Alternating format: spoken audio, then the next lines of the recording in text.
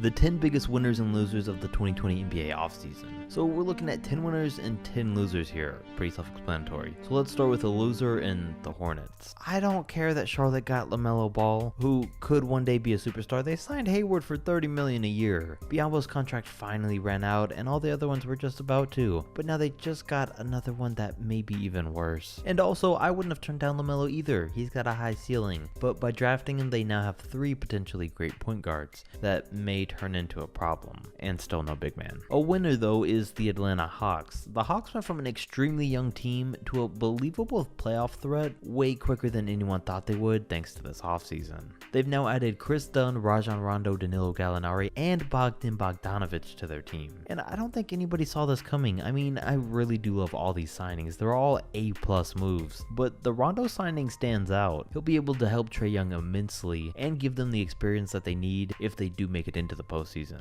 Plus, they got a great interior defender in Onyeka in the draft, so it gives them a potential starting 5 of Trae Young, Bogdanovic, Gallinari, John Collins, and Clint Capella. With Cam Reddish, DeAndre Hunter, Onyeka, Rajon Rondo, and Kevin Huerter all coming off the bench. I mean, that may turn into a problem down the line with too much talent, but trades can be made and that can be fixed. So I'm not grading these, but if I was, that would be an A+ for Atlanta. Then another loser is the Boston Celtics. The Celtics did good with adding a little depth in Jeff Teague and signing Jason Tatum to a long-term deal, along with getting Tristan Thompson to fill in at center, but they just lost Gordon Hayward for basically nothing instead of getting a trade for him, and lost Enes Kanter too. They could have gotten a decent amount back for Hayward, or just continued to use his experience in the postseason, but instead lost him for nothing. A winner is the Phoenix Suns. So they lost Ricky Rubio, Kelly Oubre, and Aaron Baines, which isn't great, but considering the fact that they added CP3 and Jay Crowder, made it way more than worth it. I mean, they upgraded from Rubio, showed they didn't need Oubre, and assuming Aiden doesn't get suspended again, they won't need Baines as much, so it shouldn't be a problem. But the Crowder signing's underrated too. They needed depth at power forward, and to get a guy with playoff experience like him makes it even better. Couldn't have asked for much more from Phoenix. Another winner is the Dallas Mavericks, and the Mavs also needed more depth, and they really didn't lose much this year, but got a much needed two-way player in Josh Richardson, added Wes Iwundu, and a guy like James Johnson that'll take Marcus Morris out next time they try something with Luka. So I really love what they did this year. Another loser is the Chicago Bulls. I mean, honestly, I don't watch college basketball, but I do know a lot of people were surprised with the Bulls picking Patrick Williams at number 4. It was a lame pick, and that on top of this year being one that the Bulls have clearly needed to do something big, when they've done pretty much nothing, isn't a good look. The Los Angeles Lakers are obviously winners. I mean, the 2021 season is pretty much already decided. Even though LA lost Dwight Howard, Rajon Rondo, JaVale McGee, and Danny Green, they added Wes Matthews to replace Danny Green, Marc Gasol to pick up at center, which is huge for them, and Dennis Schroeder and Montrezl Harrell, the winner and runner-up for Sixth Man of the Year this year. So even though they took some big hits, they may very well come out to be better next year. Still looking for that Kyle Kuzma trade though. This one might be controversial, but the Los Angeles Clippers are also winners. I mean, losing Montrezl to the Lakers hurt and was pretty unexpected, and on a side note, it's also weird that he got as small of a deal as he did. But hey, they basically lost him and Landry Shamet, but got back Luke Kennard and Serge Ibaka. They got Ibaka on a great deal too. So for the fact that there was belief that Montrezl was going to leave anyways, they did a great job of making up for it. The Toronto Raptors are losers because they lost Serge and Gasol, and in return got back Aaron Baines and a couple role players. They did maintain Van Vliet and sign him to a long-term deal, which is great, but he's also still a 6-foot player playing shooting guard for them, and I just expected a little more from the Raptors. Then of course, like always, the Kings are also losers. They lost Harry Giles, Kent Bazemore, and Bogdan Bogdanovic, and got nothing in return for any of them. I mean, they really screwed up with Bogdan. They had the entire season where they knew that they needed to trade him, and they didn't, and now they're left with nothing. And I'm sure Buddy Hield still wants out, so they'll have to deal with that eventually too. The Kings are just meant to be a bad team, and sure, they signed De'Aaron Fox to a max, but honestly at this point, that might have been a little too much. I like what the Trailblazers did though, and that's why they're a winner, because I didn't think there was much they could do, but they re-signed Carmelo and added Derrick Jones Jr., Robert Covington, and Enes Kanter, and only lost out on Trevor Ariza and Hassan Whiteside. And I think Covington's going to be huge for them. He's exactly the type of player they've needed, and Kanter's going to be a great backup center.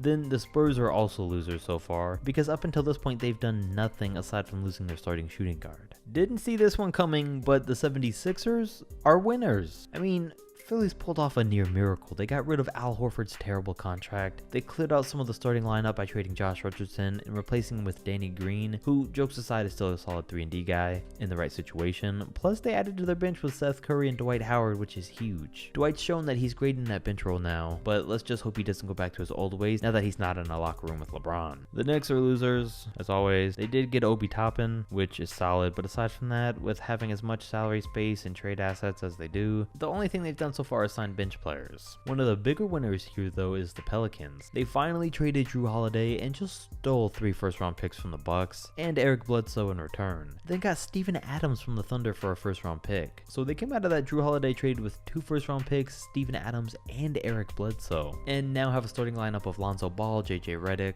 Brandon Ingram, Zion Williamson, and Steven Adams, with Eric Bledsoe and a few others coming off the bench. And hey, that's a great team. Plus, I feel bad for anyone driving in on Hulk and Aquaman.